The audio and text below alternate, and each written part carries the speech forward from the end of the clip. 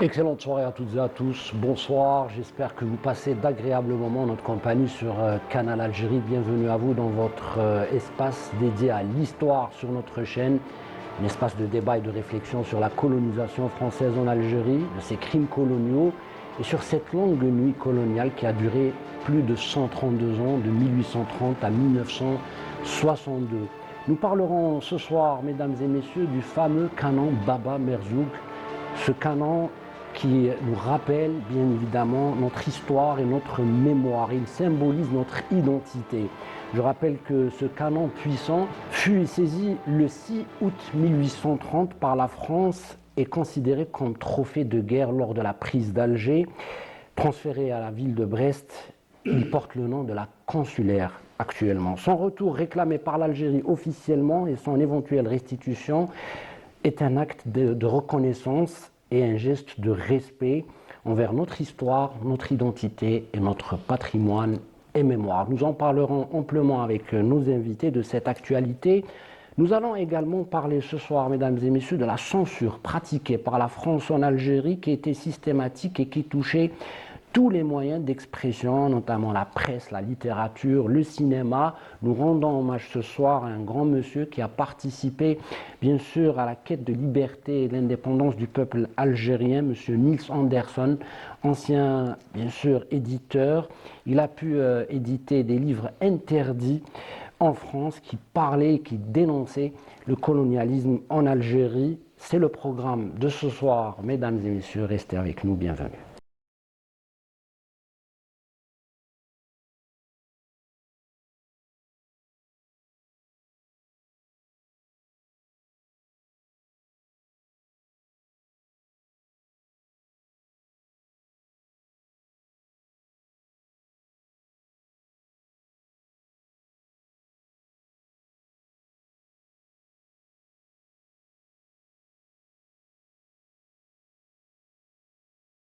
On pense à Biouna, à cette grande actrice Baya Bouzar qui nous a quittés cette semaine, une grande dame de la télévision, du cinéma, du théâtre, d'une grande sincérité, d'une franchise incroyable, et puis qui a été tout simplement aimée par tout le peuple algérien, en Algérie et en dehors de nos frontières. Nous lui rendons ce soir hommage à travers une œuvre, bien sûr le feuilleton Al-Hariq Mustafa Badir.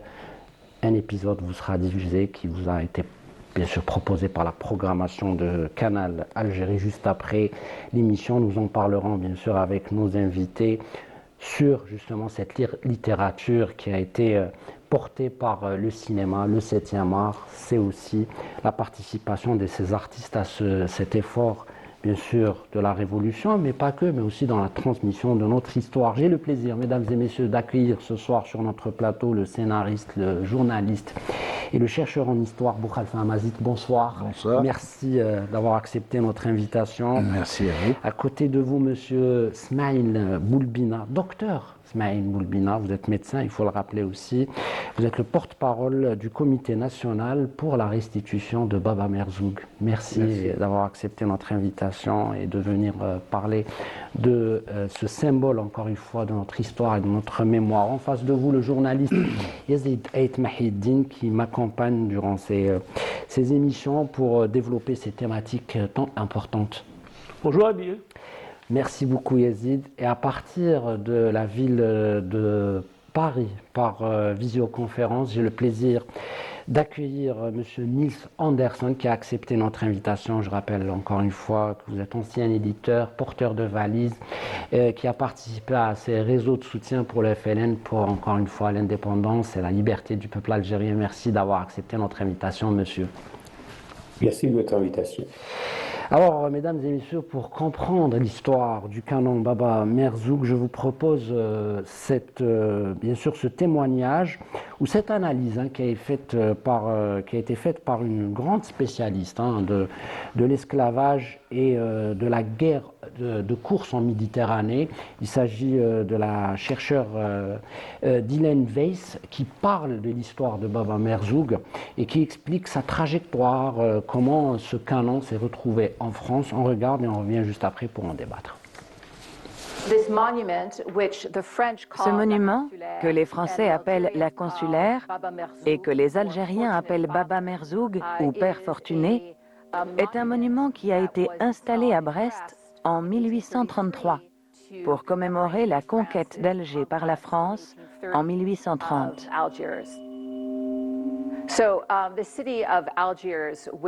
Alger, ville sous domination de l'Empire ottoman au XVIIe siècle, avait la réputation d'être extrêmement bien protégée, à la fois par des fortifications et par du matériel de guerre qui pointait de façon menaçante vers la Méditerranée et mettait en garde quiconque tenterait de pénétrer dans la ville sans autorisation.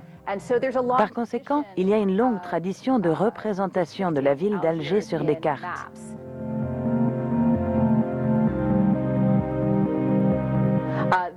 Cette représentation est intéressante.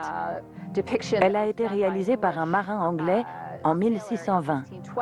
Vous voyez qu'il a pris soin de représenter tous les canons autour de la ville et de ses commerces.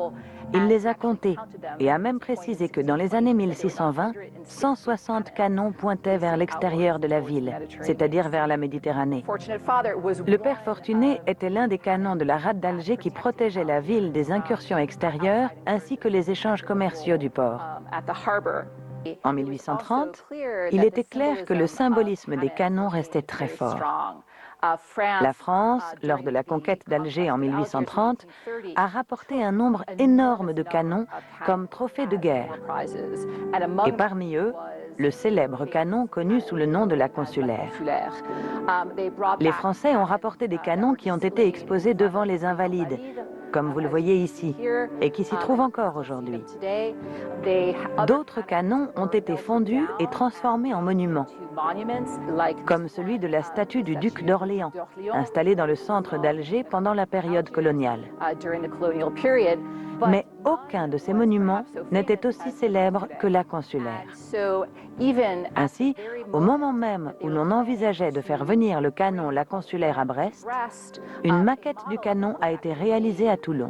Ce modèle est daté de 1829 ou 1830. Et il est intéressant de noter qu'il s'agit là de l'un des tout premiers objets de la collection du musée de la Marine.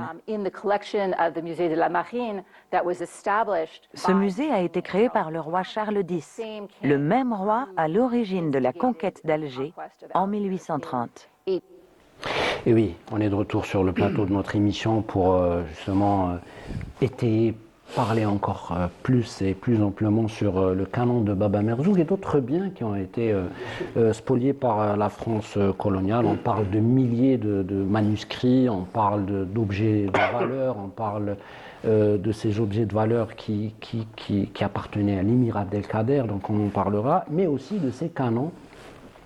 Parmi ces canons, bien sûr, il y a ce fameux canon Baba Merzoug qui est, à mon sens, représente le savoir-faire des Algériens, la technologie qui était à l'époque très maîtrisée par les Algériens. Est-ce que c'est bien résumé, ce qu'on vient d'entendre de la part de cette, bien sûr, spécialiste étrangère? Cette chercheuse américaine, parce que c'est une américaine, oui.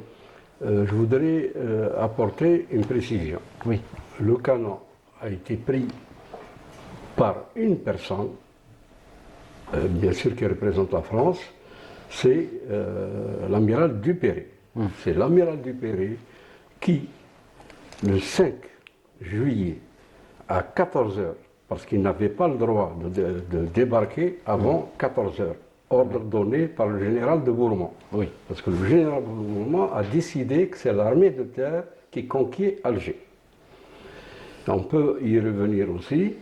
Quand on parle de bombardement de la marine, il n'y a pas eu de bombardement sur la ville. Il n'y a aucun obus qui est tombé sur la ville. C'était interdit par le général de Bourmont. Donc il est descendu avec à 14 h, et à 14 h, il est tombé en extase devant un énorme canon. Pour vous donner l'importance de ce canon, c'est un canon qui fait 6,58 m exactement de long et 12 tonnes de poids. Et actuellement, c'est le plus grand canon qui se trouve en France. Donc il a décidé d'en faire une prise de guerre.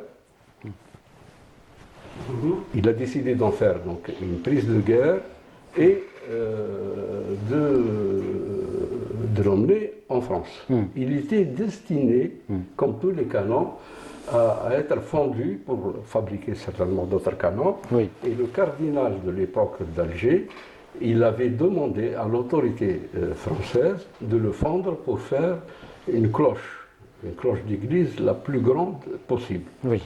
Le Duperré, il a insisté pour le prendre. Et il a été mis donc, sur un vaisseau qui est parti exactement le 6 août 1830 en direction de Toulon.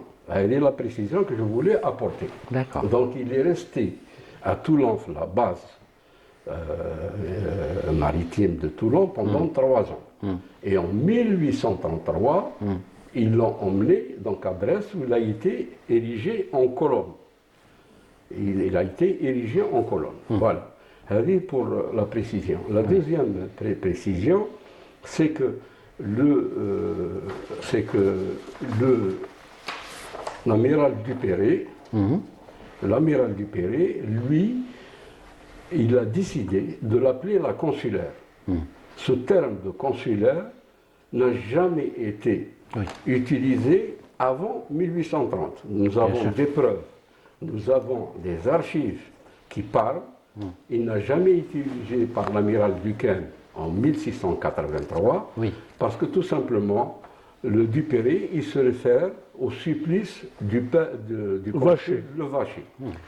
Donc ça sous-entend tout un mensonge fabriqué déjà depuis... Peut-être, Yazid, il faut rappeler c'est l'histoire du Vacher pour nos téléspectateurs. Hein. C'est-à-dire, il faut comprendre ce que disent les Français par rapport à l'histoire du... En fait, il rapporte que le Vacher, qui était consul, a été pratiquement tué a été jeté carrément par ce qu'il est faux. C'est-à-dire qu'il a été catapulté par ce canon parce qu'il était soupçonné de trahison et... D'espionnage aussi. Oui. Alors, voici le Vacher.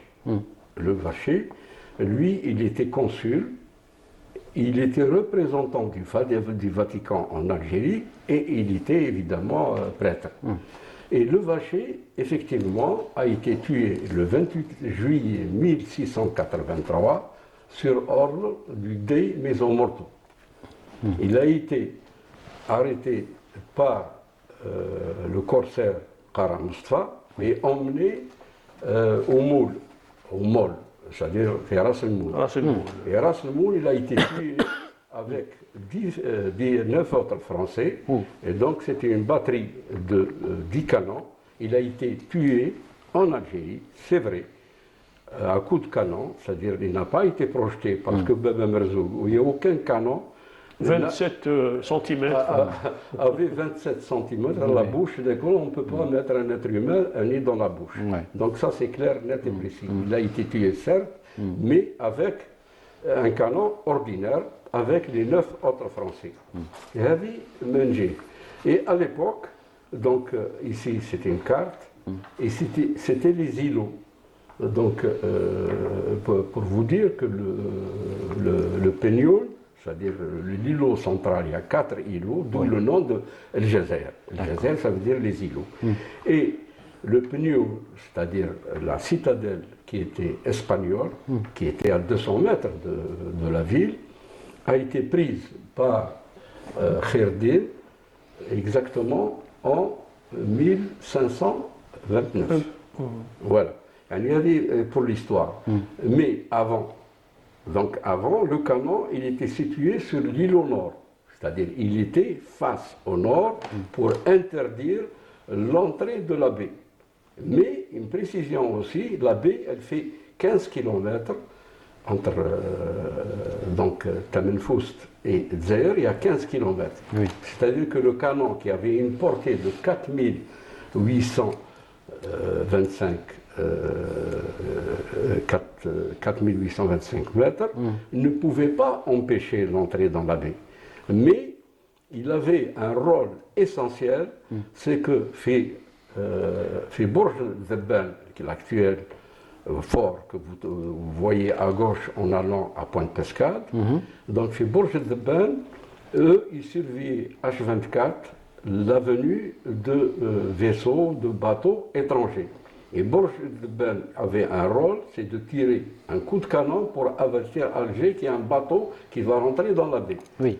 Et les canonniers à l'époque, ce n'étaient pas des simples topjis, c'était des bêches topjis. Un bêche topji, c'est des maîtres canonniers. Et les maîtres canonniers, ils ajustaient, parce que c'est un canon qui était très difficile à maîtriser, en inclinaison, donc verticale et horizontale. La question qui se pose, c'est est-ce qu'en 1830, il a servi Il n'a pas servi. Alors, maintenant, nous avons des sources déjà qui existaient depuis 1905 et 1917, et ce n'est pas les Algériens qui ont écrit ça, c'est la Société historique de Paris. Donc en 1905 et 1917, nous avons les écrits qui existent. Et à l'époque, il disait que ce n'est pas Baba Merzouk qui avait tué le vacher. C'est écrit noir sur blanc. Et ensuite, nous avons fait, avec l'actuel directeur de l'Institut d'archéologie d'Alger, qui est lui spécialiste de la construction militaire ottomane, nous avons participé à un film produit par le ministère du Moudjahidine au niveau de l'Amirauté. Et nous avons constaté et filmé, évidemment, la plaque inaugurale de Bourges Serdine. Or, qui a été construite ainsi que Bourges Serdine en 1666. D'accord. Et donc, le canon qui était à l'îlot nord, un îlot comme ça, il était sur le terrain. Et en 1666, après un siècle et demi d'utilisation, il a été réformé. Ouais. Donc il n'a pas servi depuis 1666. La date. Même dans la gravure du l'Irlandais Gérard von Kooten, il y a une gravure où l'on montre qu'il n'était pas de service. Enfin, il n'était pas en service. Il s'appelle Groot Canon, le grand canon. Et il l'appelle le grand canon. Alors, comme il était immense, Oula Ziara, Oula Mrabt, donc Hatto, ils l'ont mis donc, sous la voûte, donc, comme un monument, et tout le monde venait le visiter. Premièrement, les Algérois, et les Algéroises évidemment, et particulièrement les Algéroises. C'est devenu un marabout. Et ensuite, toutes les délégations étrangères venaient là-bas. Et pour vous donner... C'est comme Sidi Ibrahim. Absolument, absolument. Parce qu'il y a le marabout, c'est Ibrahim qui est à côté. Oui. Et donc les femmes algéroises, elles venaient à la fois visiter Sidi Ibrahim et visiter Baba Merzouk. Et elles avaient, femmes et hommes, mais particulièrement les femmes, elles le caressaient. Bachir Zakam Rabbi. Bachir Zakam Rabbi. Donc celle qui voulait se marier, elle trouvait accès là. Et puis celle qui voulait un enfant, et surtout on voulait leur demander d'être clément pour leur mari, leur fils, leurs frères qui sont en mer.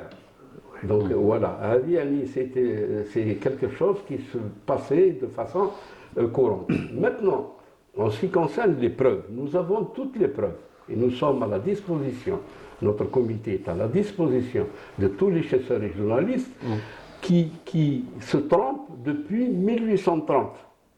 C'est une rime, mais c'est exactement ça. Depuis le fake news de l'amiral Duperré, je dis bien tout le monde, y compris la journaliste américaine, parce que dans l'émission qui est passée sur Arte, elle dit que c'est Baba Merzouk qui a tué le père de Vacher, ce qui est faux. Et nous avons toutes les preuves, et les preuves françaises en plus, faites par des historiens et surtout par des témoins. Donc il y a une chose qui est très importante, c'est que après 1666, tout ce qui a été écrit est faux et archi-faux, c'est un fake news. parce que depuis 1666, il était considéré comme un monument. Oui. Alors j'ai envie de faire peut-être réagir M. Boukhalifa Amazigh. C'est vrai que l'histoire est très intéressante par rapport à ce canon qui symbolisait tant pour les Algériens, mais aussi, si on prend l'exemple du canon Baba Merzoug, c'est pour dire qu'il n'y a pas eu que ça. C'est-à-dire qu'il y a eu une colonisation qui a démarré en 1830 et qui s'est basée sur des crimes coloniaux, mais aussi sur des crimes qui touchaient la mémoire d'un peuple, c'est-à-dire spolier, voler les biens des Algériens, pas que le canon, mais voilà, pas que les canons. Aussi, je parlais de manuscrits, d'objets de valeur, de toutes ces richesses algériennes et qui ont été, encore une fois, saisies et transférées en France.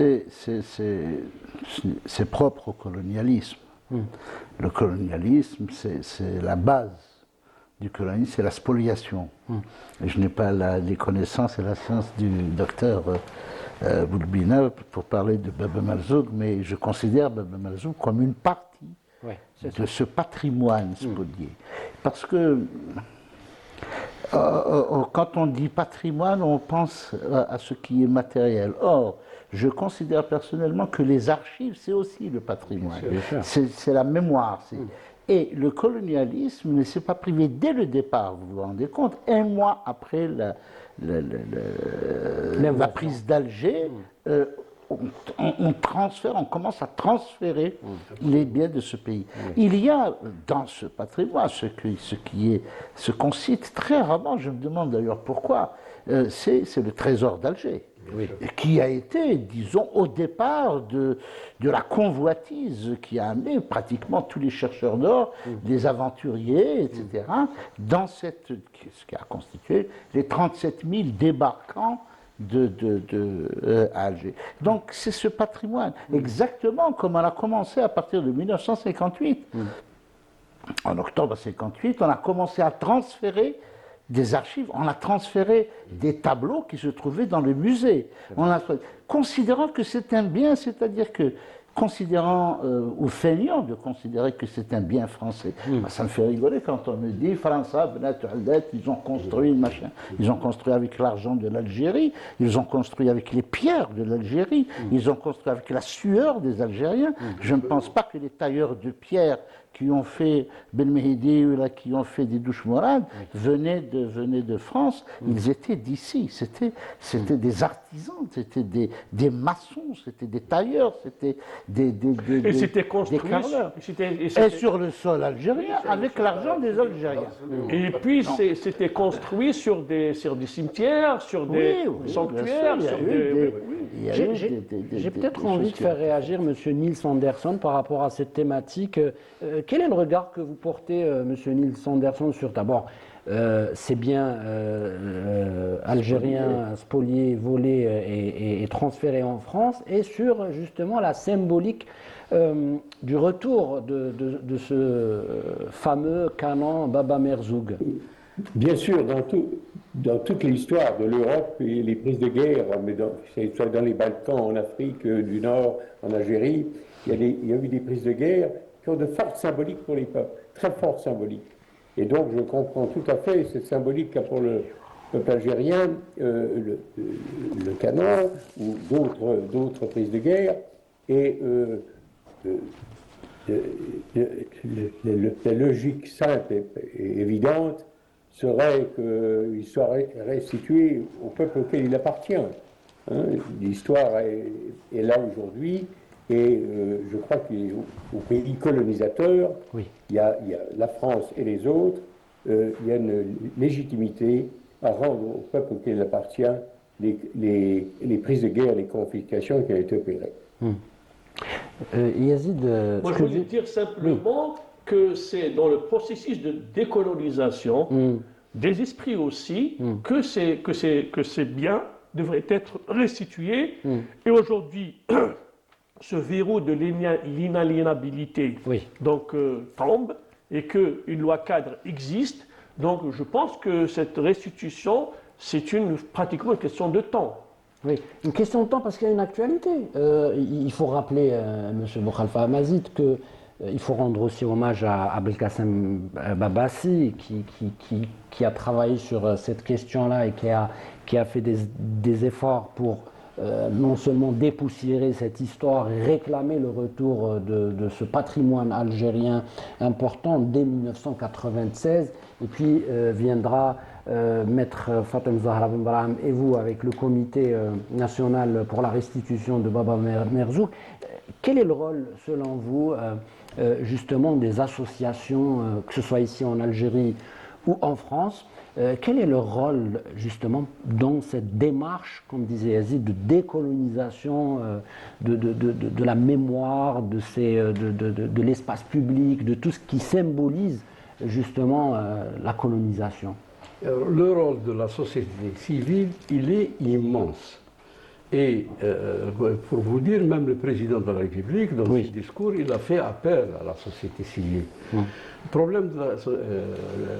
problème, c'est que pendant assez longtemps, on n'a pas donné la parole à la société civile. Et maintenant, la parole de la société civile a été libérée. Alors, pour prendre l'exemple sur le cas de Baba Merzouk, c'est Belkacem Babassi, Allah yarhamouh, Belkacem Babassi qui a été le pionnier, qui a été l'initiateur. Il n'y a personne, il n'y a aucun historien, aucun journaliste qui a parlé de Baba Merzouk avant 1996. Et en 1996, il était président de la fondation Kasbah. Et donc, à travers la radio, التحويسه في راديو التاريخ كان يحاجينا il nous racontait notre histoire. Exactement. Et c'était une émission qui était très appréciée. Et nous, on ne savait pas, même les historiens ne savaient pas. Et tout le monde était dans l'erreur en disant que c'est un canon qui a tué le père de Vaché, etc., etc. Donc il nous a ouvert la voie. Et puis en 2011, avec Fatima Ben Brahim, maître Fatima Ben Brahim, avec Belkacem Babassi, on s'est réunis à Chiraga exactement, et puis on a décidé de créer un comité national pour associer tout le monde. Parce que ce n'est pas un problème qui concerne que les historiens, il concerne la société civile de façon générale et le peuple algérien, parce que le canon Baba Merzouk, c'est vraiment un symbole, et quel symbole, 12 tonnes, 6,56 mètres. C'était Mais peut-être la question qui se pose, M. Smaïd Boulbina, vous qui suivez ce dossier depuis des années, avec Maître Fatem Zahra Ben Brahim et tout le comité, et puis vous faites le relais de ce travail de M. Belkacem Babassi, Allah yarhamou. Selon vous, quelles sont les raisons évoquées par la France sur le retard des réponses et surtout sur le refus de rendre à l'Algérie ce qui lui appartient? Une sorte de l'inaliabilité, je pense. Mais j'ai envie, je vais vous dire exactement. Qu'est-ce qui bloque? Le statut juridique officiel. Et officiel, officiel. Voilà.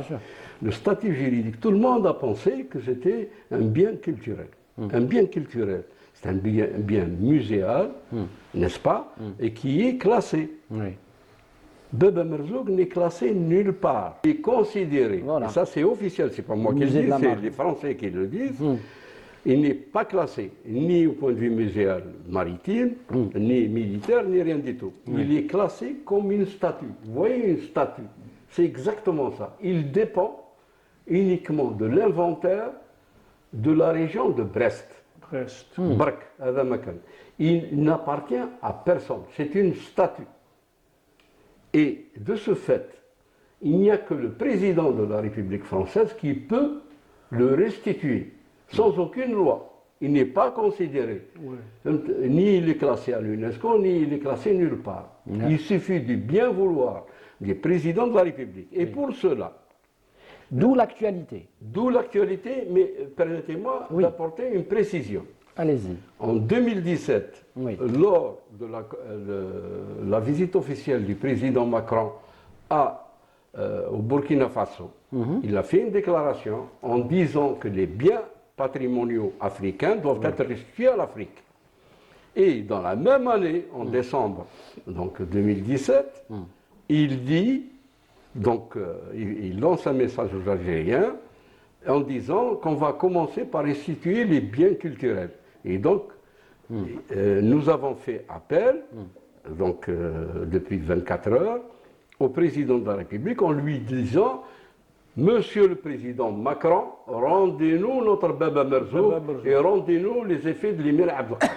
Voilà l'actualité. Monsieur Boukhalifa Mazid, quel impact aurait-il le retour du canon Baba Merzouk dans cette histoire commune entre l'Algérie et la France? On parle de cette mémoire partagée, collective ou collective. Je crois que par-delà les déclarations de bonnes intentions ou de bonnes intentions concernant particulièrement ce canon ou les effets de l'émir Abdelkader, qui constituent depuis, c'est-à-dire c'est une espèce de marronnier qui revient à chaque fois. Et je crois qu'il faut se dire une chose, c'est que celui qui est en possession de ce patrimoine veut en faire un objet de négociation. Tout se négocie. Oui, c'est du donnant-donnant. C'est-à-dire que ce n'est pas considéré comme le patrimoine d'autrui qui apporte davantage aux Algériens du point de vue de la culture et de la mémoire qu'aux Français, aux Brestois. Absolument. Puisque, selon ce que vient de me dire le docteur, il est dans un arsenal, il est à l'intérieur d'un arsenal, ce n'est pas une place publique ou autre, où les gens peuvent voir, oui, le canon, comme ça, etc. Exactement comme les canons alignés, quand on va aux Invalides, on voit ces canons alignés, et on voit, il faut vraiment se rapprocher pour voir que c'est écrit en arabe, etc., en caractère arabe, pour qu'on sache d'où ça vient. En caractère arabe, et il y a Mktouba al-Jazair. Oui, el-Jazair. C'est les fonderies d'Algérie. Et on sait, se rappelle de la résistance de l'émir Abdelkader et combien il a manqué de canons. Combien il a manqué, il n'avait pas de canons, il avait en tout et pour tout une vingtaine de canons. Et il a créé à Miliana, ça c'est juste une digression, et un rappel, il a créé à Miliana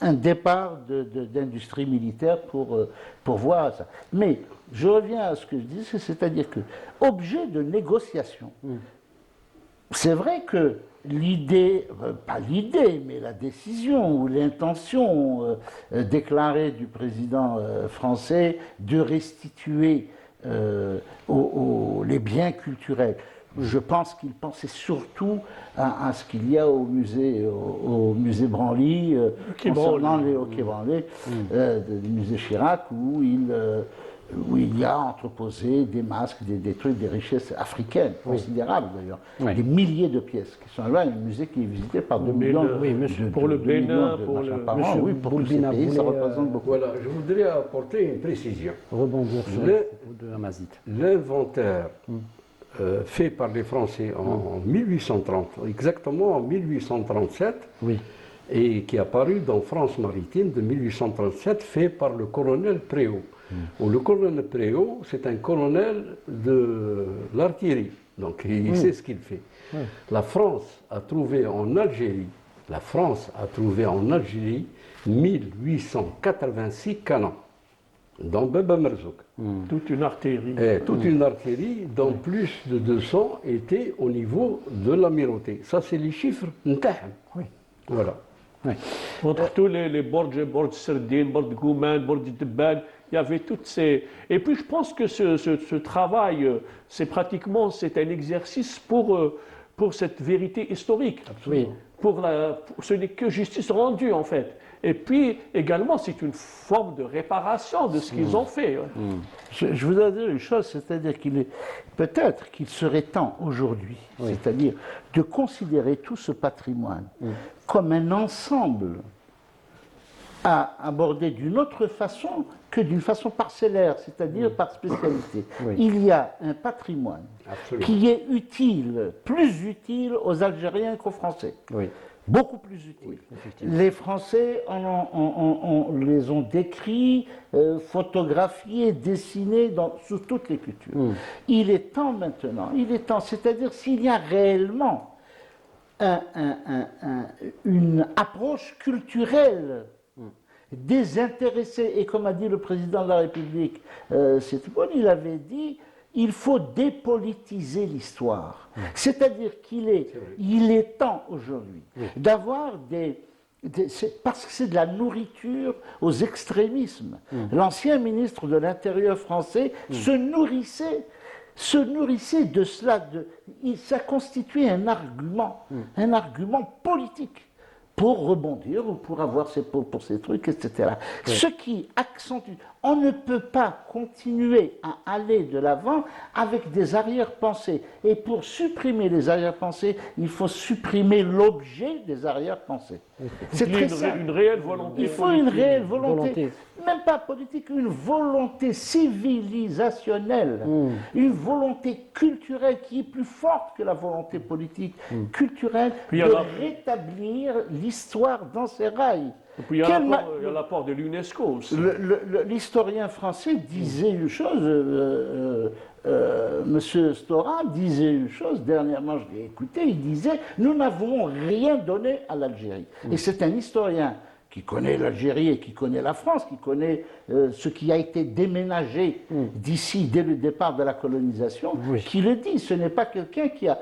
Il ne parle pas, c'est pas une vision de l'esprit.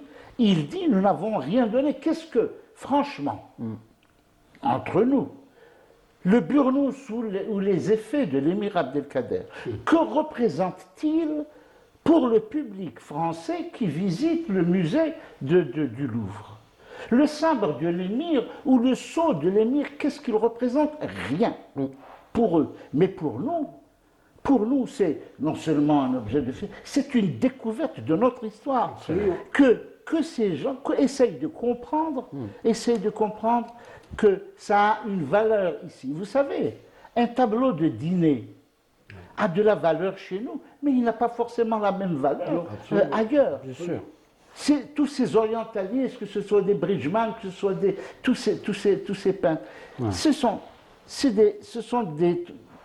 des tableaux qui ont une valeur pour nous. Non pas parce que l'auteur, peut-être qu'on ne le connaît pas, mais quand on voit les tableaux, quand on visite le musée, on voit les tableaux de l'époque, on se rend compte de l'état d'avancement de l'architecture, de la vêture, du raffinement, etc.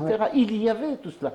Et ça, on en a besoin. Oui, alors, vous dites quelque chose d'important dans le sens. Vous dites découverte de notre histoire. Cette histoire qui a été tellement attaquée par le colonisateur français dès le moment, dès le premier jour où il a mis les pieds sur cette terre algérienne. On parle même de mémoricide. Je ne sais pas si le mot est exact, c'est-à-dire on parle de génocide, mais quand on touche à la mémoire, c'est l'effacement de tout un peuple. Et c'est pour ça que peut-être vous me faites une belle jonction avec M. Niels Andersen qui a travaillé justement sur cette vérité, c'est-à-dire on arrive à cette vérité historique. Parce que il y a eu des artistes français, des intellectuels français de la conquête ou de l'invasion, on va les appeler comme ça, de cette idéologie de la colonisation, d'effacer l'histoire algérienne à travers un récit colonial imaginaire, c'est-à-dire une Algérie qui était dessinée selon leur vision, tout en effaçant l'Algérien, le peuple algérien, l'arabe, entre parenthèses, le musulman, l'indigène, l'autochtone. Dans cette démarche-là, il y avait une politique française, celle de censurer ceux qui veulent dire la vérité. Et parmi ces personnes, bien sûr, il y a Niels Andersen qui parle de cette vérité, mais en même temps, il va subir peut-être la même censure qu'ont connue bien sûr les Algériens. Comment est venue cette conscience justement? Comment vous, à l'époque, vous avez observé cette censure qui était pratiquée sur les Algériens? Oui, alors là il y a tout un processus. D'abord, il a fallu que, pour que les livres soient édités, pour que des journalistes en parlent, pour que des images l'expriment, il a fallu que les Algériens informent. en France. Alors c'est vrai que il y a eu, je crois, une très grande intelligence du côté du FLN à comprendre l'importance de l'information sur la répression que subissait le peuple algérien pendant la guerre d'Algérie. Et est-ce que cette information soit connue en France, bien sûr, mais au-delà de la France? Alors, effectivement, ensuite, s'est ajouté qu'il y a eu en France des relais, il y a eu en France des journalistes, des éditeurs, des intellectuels, des avocats qui ont fait connaître la répression que subissait le peuple français et qui ont, malgré les saisies et malgré les saisies de la presse, et des revues et des journaux et des livres, ont porté cette lutte et l'ont portée jusqu'au bout. Donc, il faut d'abord, à la fois, si l'on prend le cas de la question de la torture, la torture est un élément fondamental dans la révélation de ce qu'était la colonisation, parce que la torture existait aussi sous la colonisation, mais aussi, effectivement, comme système pendant la guerre d'Algérie. Oui. Cette question morale et sur la brutalité et la répression, il y a eu tout un processus de connaissance. Des journaux, Claude Bourdet, par exemple, dans le France Observateur, et François Mauriac dans l'Express, l'ont dit dès février 1955, c'est-à-dire quelques semaines après le déclenchement de la lutte armée, dans des articles très importants, Bourdet, notre Gestapo d'Algérie, et François Mauriac, la question. Ces informations-là, il est important de savoir qu'il les avait. D'où il les avait? Il les avait par des rappelés. Ce sont les rappelés qui, le premier, ont refusé et informé que ce qu'on leur faisait faire, ou à quoi ils assistaient, ou dans quoi ils étaient impliqués en Algérie. Et immédiatement, naturellement, les saisies se sont multipliées. Les sites journaux, et alors, il se passait une chose à ce moment-là, une saisie d'un journal, d'un quotidien, d'un hebdomadaire, d'une revue. C'est un quotidien, un hebdomadaire ou une revue morte. Elle disparaît. Alors que le livre n'a pas de date. Le livre, à l'époque, la télévision n'existait pas, la radio était embryonnaire, la presse, la lecture était l'élément d'information principal. Oui. Il n'y avait pas les réseaux sociaux, il n'y avait pas les éléments qu'on a aujourd'hui. Donc, les saisies de journaux de presse étaient l'obstacle majeur. Et l'édition a pris le relais de l'information quotidienne, de l'information hebdomadaire, en dénonçant. Alors, le premier des livres, c'était le livre fait par Georges Arnaud et Jacques Vergès pour Jamila Bouguered, qui est un élément considérable. Et c'est intéressant de savoir que, alors que Jamila Bouguered avait commis ça, personne ne conteste, on le sait, mais condamné à mort, torturé et condamné à mort, la publication en France du livre qui dénonce ce qu'elle a subi, et qu'il y a une réaction en France et hors de France qui fait qu'elle n'est pas exécutée. Alors même que l'acte commis n'est pas contesté, il est jugé pour. Donc c'est dire immédiatement l'émotion que cela suscite qu'on puisse torturer. Parce qu'on est 10 ans après l'occupation allemande, 10 ans après le nazisme.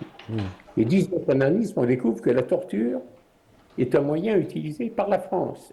Et donc, Monsieur Nilsson Anderson, je voulais juste... Ça suscite des sentiments et des réactions. Yazid Aït Mahiddin. Monsieur Nilsson Anderson, je voulais simplement vous poser cette question, un éclairage sur le fait que après des années du nazisme, après l'indépendance d'Algérie, après pratiquement 70 ans après 1957, aujourd'hui, cette question de la reconnaissance de la pratique de la torture par l'État français n'avance pas, mis à part deux cas, celui du martyr Maurice Audin et le maître Ahmed Boumendjel. ces seigneurs de la guerre aux terrifiants caprices sont toujours... en fait, il n'y a pas de reconnaissance. Ces seigneurs de la guerre, peut-être qu'ils ont été même décorés. Ouais, je rappelle juste que pour Niels Anderson, il y a un appel du 4 mars 2024 qui voilà, demande à l'État français de reconnaître ces crimes, notamment la pratique de la torture sur le peuple algérien durant ce qu'on appelait la guerre d'Algérie, parce qu'en réalité, ou la bataille d'Alger, alors que parce que la pratique de la torture s'est exercée en Algérie et en France, comme vous le signalez dans la gangrène. Oui, non, bien sûr. Il y a aussi la reconnaissance qu'il faut ajouter à celle de Maurice Audin et de la Mengel de la Bible et de Midi. C'est une reconnaissance qui a été faite. Mais ce sont des reconnaissances très fragmentaires, individuelles. Ce n'est pas le système qui est reconnu. Les tortures par la guerre d'Algérie, ce n'étaient pas des bavures. C'était un système conçu, théorisé et enseigné et appliqué pendant le cours de la guerre. Donc, effectivement, vous parlez de l'initiative du 4 mars, dont je suis un des participants, d'appeler à la reconnaissance de ce qu'a été, non pas, encore une fois, la torture comme système, la répression dans toutes ses formes, c'est-à-dire les enfumades, le napalm, les camps de regroupement, toutes les violences qui ont été pratiquées. Mais la torture a quelque chose de symbolique. C'est un peu comme le canon. Dans l'histoire du peuple, la torture a quelque chose de symbolique par la guerre d'Algérie qui fait qu'elle a rempli un rôle. Oui, elle a été dénoncée dans toutes ses formes. Il n'y a pas un fait qui n'a pas été dénoncé entre 1954 et 1962 et publié en France. Monsieur Boukhalifa Hamazit, vous voulez rebondir sur... qui témoigne lui-même de la torture subie, puis la reine, Chebou Maza et Moussa Khebaili et d'autres sont torturés en Algérie, et puis ensuite il y a un livre qui s'appelle Les Disparus qui va témoigner des cahiers recueillis par les avocats Alger d'Algériens. 175 témoins qui vont dire qu'il y a eu torture. C'est la bataille d'Alger. Et puis ensuite, il y aura même le livre de Hafid Karaman, La pacification, qui traite de tous les aspects, dans toute la globalité de la répression. Donc l'information a circulé. Et du reste, le livre d'Hafid Karaman se termine par cette très belle phrase, alors que c'est un livre dont la lecture est insoutenable par la violence de la répression et qui termine, il n'y a pas de peuple ennemi. Donc tout ça, ça a été une très longue lutte contre les saisies, mais il faut le dire, et ça explique la difficulté aujourd'hui d'une reconnaissance qui est demandée, mais qui n'est naturellement pas encore acquise, et loin d'être acquise même. C'est que cette résistance, que ça a été les réseaux de soutien, que ça a été l'édition, que ça a été la défense des avocats, c'était une minorité. C'est une petite minorité de Français qui y a participé. Intellectuels, rappelés. Il faut rappeler qu'il y a des Français qui ont refusé de faire la guerre, de porter les armes contre l'Algérien. Ils ont fait jusqu'à 4-5 ans de prison. Et même de bagne. Il y en a qui étaient même à Tindouf. Il y a les Français qui ont soutenu les Algériens comme porteurs de valises. Ils ont eu des condamnations à 10 ans de prison. Donc, il y avait les risques des attentats, soit de la main rouge, du gouvernement français, soit de l'OAS après. Il y avait des menaces. Donc, les Français qui ont mené cette lutte pour la cause algérienne étaient une minorité. La grande majorité de la population française, à part la forte minorité qui était Algérie française ouvertement, la grande majorité était pour la paix en Algérie. C'est-à-dire ne pas envoyer Il faut juste rappeler que la maison d'édition Cité Éditeur a été plastiquée par l'OAS aussi. Être pour la paix en Algérie n'était pas être pour l'indépendance de l'Algérie. C'est-à-dire que l'opinion française, à ce moment-là, si elle a voté l'indépendance d'Algérie avec le référendum, c'était pour la paix.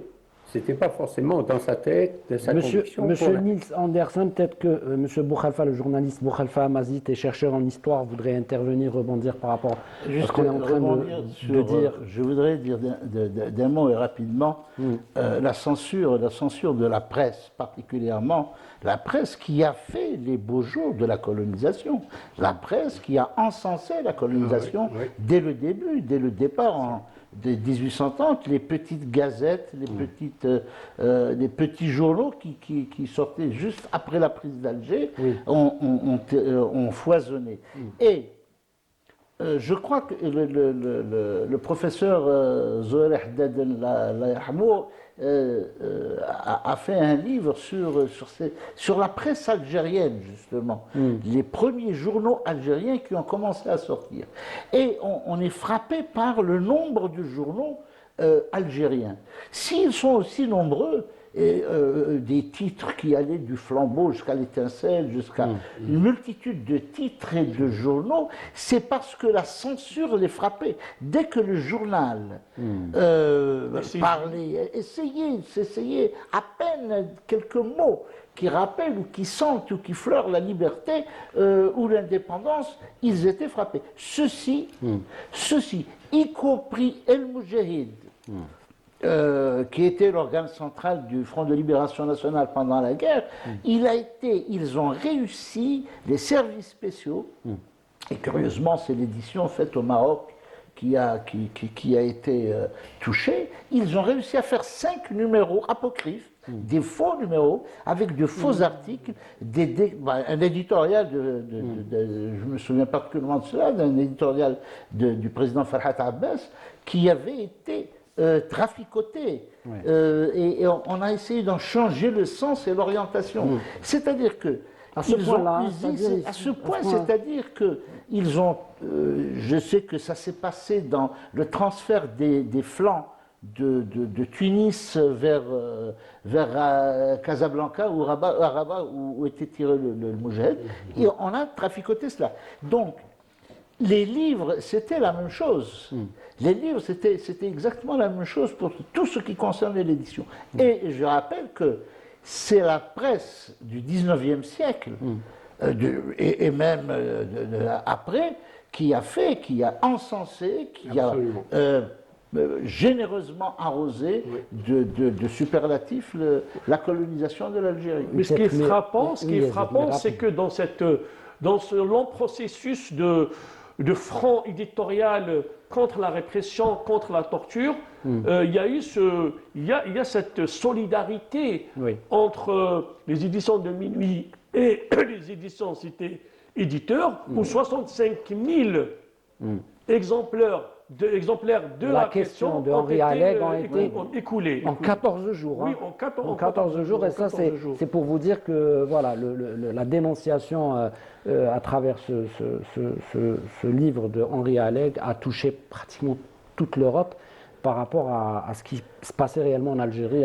Je voudrais ajouter, attention, qu'il y avait parmi les journaux, je ne dis pas tous les journaux, il y avait des journaux qui ont dénoncé la colonisation, qui ont dénoncé particulièrement à l'époque, au XIXe siècle, particulièrement la sauvagerie des armées coloniales contre les populations, etc. Ça a été dénoncé aussi. Je voulais insister sur un truc, c'est qu'aujourd'hui, ce qu'on vit, aujourd'hui, les mainstream, aujourd'hui, qui sont pratiquement tout ce mainstream des télés, etc., qui sont en train de...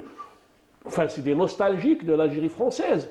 En fait, avant, les journaux de l'écho d'Alger, c'était aussi favorable au colonat, favorable à la colonisation française. C'était pratiquement la même chose, en fait. Je voudrais juste un mot. Peut-être pas que mais ce ne sont pas des nostalgiques qui n'ont pas connu l'Algérie française. C'est ça qui est intriguant. C'est comment est-ce que des gens qui n'ont pas connu cette période, aujourd'hui, aujourd'hui, on parle comme s'ils avaient été eux-mêmes les victimes. Non, mais, mais vous dites le mot, vous dites M. Bokhalfa Vous avez Mazid. tout à fait raison. Pardon, mais vous dites quelque chose d'important. Vous dites c'est captivant, c'est que ces jeunes peut-être n'ont jamais connu l'Algérie ni la colonisation française, mais c'est ça ce que dit Yazid, c'est-à-dire il y a le rôle de ces médias qui sont là pour il y a par filiation, en fait, par filiation, pour dire de mettre des contre-vérités à l'antenne, de donner une histoire complètement biaisée sur ce qui s'est réellement passé. Ils transmettent une histoire. D'ailleurs, il y a le nom de Jean-Marie Le Pen, qui aujourd'hui, la fille n'a pas connu la colonisation. Mais lorsque je lis, quand on dit rapidement, il nous reste très pas rapidement, beaucoup de temps, lorsque je dis qu'ils n'ont pas connu, les journaux qui traditionnellement appuyaient, n'ont pas appuyé le fait, mais étaient plus ou moins favorables, disons, le mot est trop fort d'ailleurs, et j'en suis conscient, je pense à des quotidiens du soir, à des hebdomadaires qui ont été créés, et aujourd'hui, ils prennent carrément le contre-pied. Ce sont devenus des mainstream c'est la presse mainstream de France, aujourd'hui renforcée par la télévision, les chaînes de télévision. Je crois qu'il y a la volonté politique de certains partis et de la majorité d'entretenir cette idée de patrie perdue, d'Algérie perdue, etc. Il y a cette volonté et on la sent dans la presse aujourd'hui. Il y a de la haine. Et peut-être ce soir, on a envie de rendre hommage à Francis Johnson parce qu'on a un extrait, on va le diffuser rapidement pour écouter ce grand monsieur qui disait que on voulait que cette colonisation cesse. Mais c'était aussi pour sauver l'honneur de notre pays, sauver l'honneur de la France qui est partie dans cette colonisation sauvage, barbare, et qui ont taché complètement ces soi-disant valeurs affichées, brandies. Avec sa femme, collègue. Oui, exactement, cette république qui se targue de liberté, fraternité, égalité. On écoute Francis Johnson et on revient juste après. Il y a eu des moments pénibles, il y a eu des arrestations. Ça n'a jamais, comme on l'a prétendu à l'époque, démantelé le soutien aux Algériens, mais c'est vrai que ça a donné lieu en particulier à un procès qui a eu un très grand retentissement, et je suis confus de n'avoir pas moi-même été arrêté à ce moment-là, et donc de n'avoir pas été sur le banc des accusés, mais je suis confus vis-à-vis de mes amis qui, eux, ils s'y sont trouvés et ont fait ensuite de la prison. Mais je dois dire, si confus que je sois, je dois dire que ça a été une chose merveilleuse qu'il y ait eu ce procès, qu'il y ait eu ces arrestations et ce procès, parce que ça a été tout un enchaînement, ça a été la signature des 121, ça a été la ridiculisation d'une défense juridique de la position officielle de la France. Et je pense que ça a fait beaucoup progresser l'opinion française. Bon, alors, le procès a été un spectacle grandiose, me semble-t-il, enfin, et je crois que tout le monde en a tiré les conséquences qu'il convenait d'en tirer. La police exerçait sur les Algériens, n'en parlons pas, mais sur nous-mêmes, une pression considérable. Et on prenait beaucoup de mesures de sécurité, mais personne n'est absolument infaillible. Et en fin de compte, oui, j'ai été arrêté à Lyon. J'avais été condamné par contumace pour complicité dans les attentats du mois les attentats, disons, du mois d'août 1958, parmi lesquels on se souvient de Mourpiane, on se souvient de l'attentat contre Jacques Soustel, avenue de Friedland à Paris. Et oui, ce qui est intéressant, c'est que vous pouvez voir l'intégralité de ce documentaire qui est disponible sur la chaîne YouTube de notre chaîne, Canal Algérie. C'est un documentaire de Fatima Galère, qui a pu enregistrer, immortaliser ces témoignages sur le réseau justement de porteurs de valises et le réseau Jansan. C'est ça, je l'ai dit. Oui, il y a le réseau Johnson, il y a aussi le réseau Curiel, Henri Curiel, il y a aussi le Front du Nord des Belges aussi. Effectivement.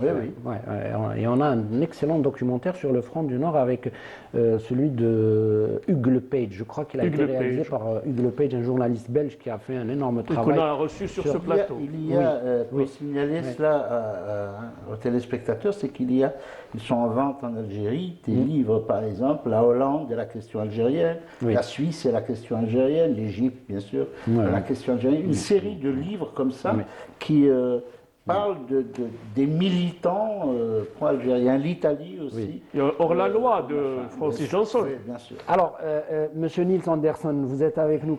D'abord, on voudrait vous donner la parole parce qu'on arrive à la fin de notre émission. Qu'est-ce que vous voulez justement, quel est le message que vous voulez adresser ce soir, que ce soit aux Algériens, mais aussi aux Français, à cette jeunesse française, peut-être on le disait tout à l'heure dans notre émission, qui ne connaît pas cette histoire de la colonisation, peut-être parfois malgré elle, parce que la France a continué à ignorer l'histoire de la colonisation française en Algérie, et comme le disait Yazid Ait Mahidine, même avec ces médias en continu, comme disait aussi Olivier Lecourt-Grand-Maison, la propagande en continu n'arrête pas de falsifier, de dire des contre-vérités, faire du révisionnisme. Oui, je voudrais quand même ajouter deux choses par rapport à la question d'Henri Allègre. S'il n'y avait pas eu Jérôme Lindon, l'éditeur des éditions de Minuit, le livre ne serait pas paru ou paru sous une forme confidentielle. C'est le seul éditeur français, son avocat et Madame Allègre ont cherché des éditeurs partout, il était refusé par tous les éditeurs français. S'il n'y avait pas eu Jérôme Lindon à l'édition de Minuit, le livre ne serait pas publié et n'aurait pas eu l'impact et le rôle qu'il a joué. C'est la première chose. Deuxièmement, sur la question du Moudjahid, oui, il y avait des faux, mais vous ne savez peut-être pas, de 61, fin 60 jusqu'à 62, nous avons imprimé en Suisse ou introduit en Suisse le Moudjahid chaque semaine, en tout cas pour la zone Lyon-Marseille, pour que les Algériens aient accès au journal. Donc il y a eu une diffusion du Moudjahid venant de Tunis ou imprimé en Suisse. Ensuite, Robert Davzy, que vous avez interviewé après Francis Janson, a été arrêté à Lyon, effectivement. Nous étions ensemble, j'étais arrêté avec lui pour FLN. Et je pense que Robert Davzy est probablement la personne la plus symbolique de l'aide qui a été apportée par des Français aux Algériens. Et je dirais une phrase. Nous étions ensemble au moment de l'indépendance à Paris et au moment de l'indépendance de l'Algérie en 62. Et Davzy m'a dit une phrase extrêmement juste. Nous avons l'avantage, et l'expérience algérienne nous l'a donné, cette perception. Nous savons que c'est possible. Merci beaucoup, Monsieur Niels Anderson, pour votre... Il faut se rappeler la première phrase du manifeste de l'appel du 1er novembre 1954. Commence par cette phrase à ceux qui est appelé à nous juger. Oui, magnifique. Et bien, je crois que l'histoire a jugé. Merci beaucoup, Monsieur Niels Anderson, d'avoir accepté notre invitation et pour toutes ces informations, pour vos éclairages. En tout cas, vous êtes le bienvenu ici parmi nous pour participer à d'autres émissions, parce que le parcours et votre parcours et celui de Francis Johnson est encore très très riche et qui mérite d'être connu par tous les Algériens et Algériennes. Peut-être M. Boukhalifa Amazit, je vous donne peut-être 30 secondes, 1 minute pour le mot de la fin. Non, le mot de la fin, je voudrais simplement dire que je ne considère pas les archives comme autres, appartenant à autre chose qu'à un patrimoine. Il s'agit de négocier l'ensemble du patrimoine, si négociation il doit y avoir, et non pas parcellariser tout cela et lotir tout cela. Je crois qu'il est temps. Et la question ne concerne pas la seule Algérie. La question, c'est vrai que l'UNESCO a apporté un certain nombre de demandes, mais seulement il faut que cela devienne une exigence. si les historiens algériens aujourd'hui, s'il y a un peu moins d'éditions concernant l'histoire, c'est parce que nous sommes en panne d'informations. Nos archives ne sont pas entre nos mains. Nos archives sont de l'autre côté, sont éparpillées. Il s'agit de rassembler tout cela. C'est la tâche des Algériens, mais aussi du bon vouloir, s'il le faut, des partenaires. Oui, la semaine dernière. S'il faut les considérer non plus comme des adversaires, mais comme des partenaires. Effectivement. D'ailleurs, la semaine dernière, Gilles Manceron avait évoqué cette question de privation des Algériens des archives et de ce blocage, encore une fois, qui continue par la France coloniale. Monsieur Smaïn Boulbina, ou docteur Smaïn Boulbina, je rappelle que vous êtes bien sûr le porte-parole du Comité national pour la restitution de Baba Merzoug. Et des effets Alors, premièrement, une information capitale. Avant l'information capitale, il faut rendre hommage à Benjamin Stora. Nous avons des écrits qui adressés à notre comité pour dire « Je suis toujours avec vous pour votre combat pour la restitution ». Donc il a écrit. Deuxièmement, l'information importante, l'Express. L'Express a publié un article le 9 novembre qui appelle à la restitution de Baba Merzoug. Il récidive 20 ans après, puisqu'en 2006, il a fait la même chose. Maintenant, la dernière, c'est que la restitution des effets de l'émir Abdelkader est très importante.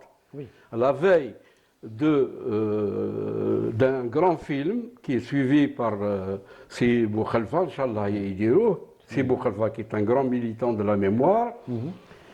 Ce qui est acté, c'est que la France et Macron a décidé de restituer l'épée, le fusil, le kaftan, le khayma, ainsi que les canons de Mascara et de Tlemcen.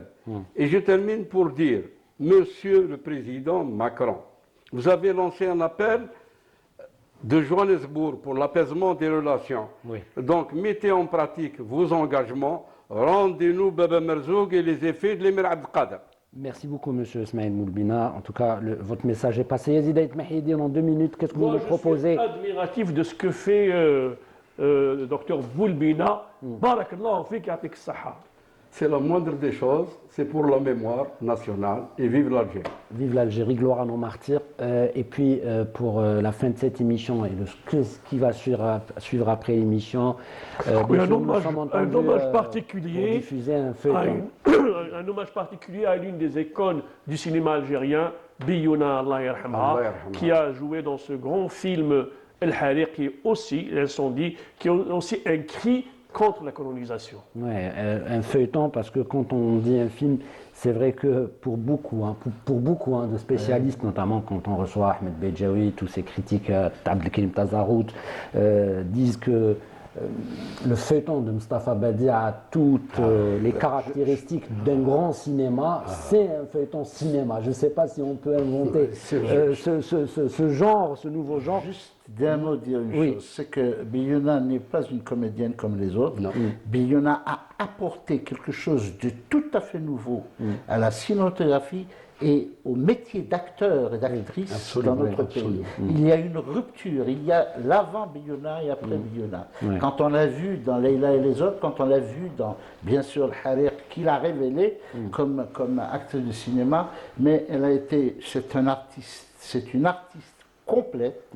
Elle danse, elle chante, elle joue au théâtre, sur la scène.